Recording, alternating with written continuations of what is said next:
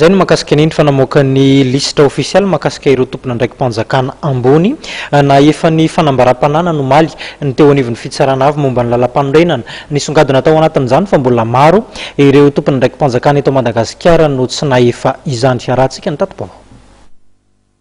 Tompona ndraiky mpanjakana 70 ahitana solombavam-bahoaka 9 ary mpikambana amin'ny gouvernement nanatanteraka fanambaram-pananana teo anivon'ny fitsarana avy momba ny lalam-panorenana araka ny liste officielle navoakan'ny HCC ndraiky amin'ny 20 Jolay lasa teo. Mikasika ny gouvernement mpikambana 12 no efa nanao fanambaram-pananana. Anisan'izany ny Prime Ministre Jean Ravelonarivo miampy ministra 12.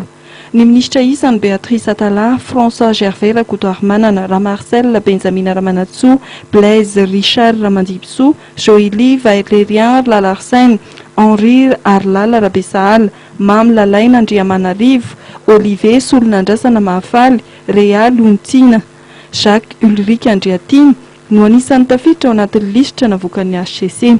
Ho an'ny parlementaire dia mitotaly 9 ny solombavam-bahoaka efa nanao fanambaram-pananana teny amin'ny HCC.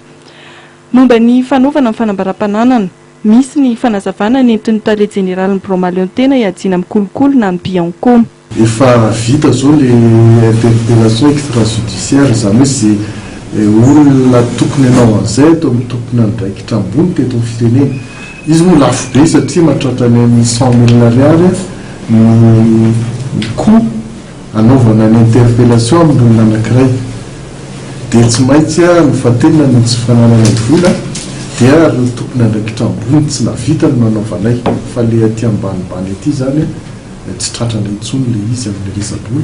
Dia ireny zany nanaovanay interpellation extrajudiciaire dia efa nataony huissier zany ary efa misy nanao taorina zay satria misy roa volana aorina nandraisana le signification ataony huissier zany no tsy maintsy natanterahana zay zay vao roson'ilay enquête dia efa vita zany zay tamin'ny efa herinandro mahery zay dia efa misy nanao aloha zay voakasika fa miandry le roa volana be zany zay no le fanenjehana zay tsy nanao izy.